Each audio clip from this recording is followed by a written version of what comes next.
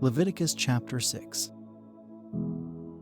The Lord said to Moses, If anyone sins and is unfaithful to the Lord by deceiving a neighbor about something entrusted to them or left in their care, or about something stolen, or if they cheat their neighbor, or if they find lost property and lie about it, or if they swear falsely about any such sin that people may commit, when they sin in any of these ways and realize their guilt, they must return what they have stolen or taken by extortion, or what was entrusted to them, or the lost property they found, or whatever it was they swore falsely about.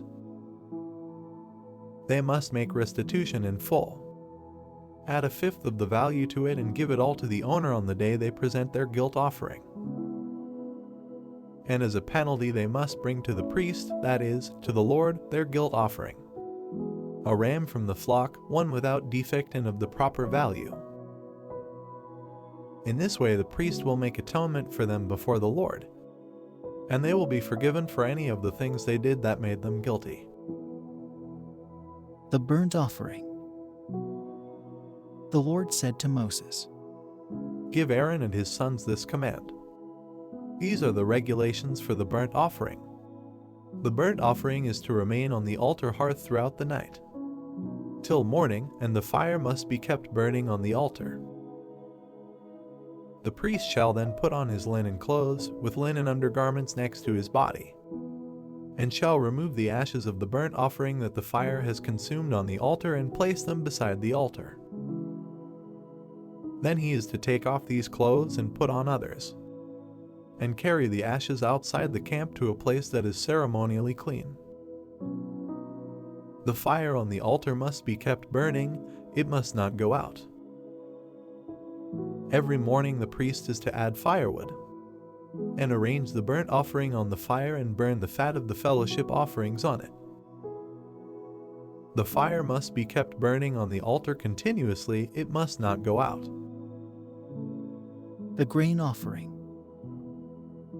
These are the regulations for the grain offering. Aaron's sons are to bring it before the Lord in front of the altar. The priest is to take a handful of the finest flour and some olive oil, together with all the incense on the grain offering, and burn the memorial portion on the altar as an aroma pleasing to the Lord. Aaron and his sons shall eat the rest of it, but it is to be eaten without yeast in the sanctuary area. They are to eat it in the courtyard of the tent of meeting. It must not be baked with yeast.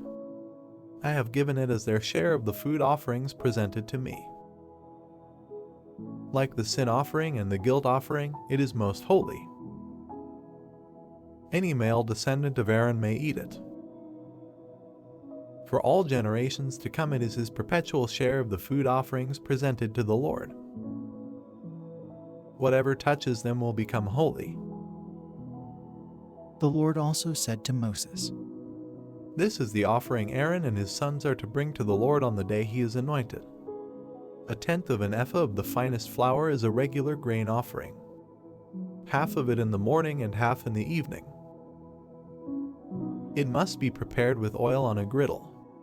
Bring it well mixed and present the grain offering broken in pieces as an aroma pleasing to the Lord. The son who is to succeed him as anointed priest shall prepare it. It is the Lord's perpetual share and is to be burned completely. Every grain offering of a priest shall be burned completely, it must not be eaten. the sin offering. The Lord said to Moses, Say to Aaron and his sons, These are the regulations for the sin offering. The sin offering is to be slaughtered before the Lord in the place the burnt offering is slaughtered. It is most holy. The priest who offers it shall eat it. It is to be eaten in the sanctuary area, in the courtyard of the tent of meeting. Whatever touches any of the flesh will become holy. And if any of the blood is spattered on a garment, you must wash it in the sanctuary area. The clay pot the meat is cooked in must be broken. But if it is cooked in a bronze pot, the pot is to be scoured and rinsed with water. Any male in a priest's family may eat it, it is most holy.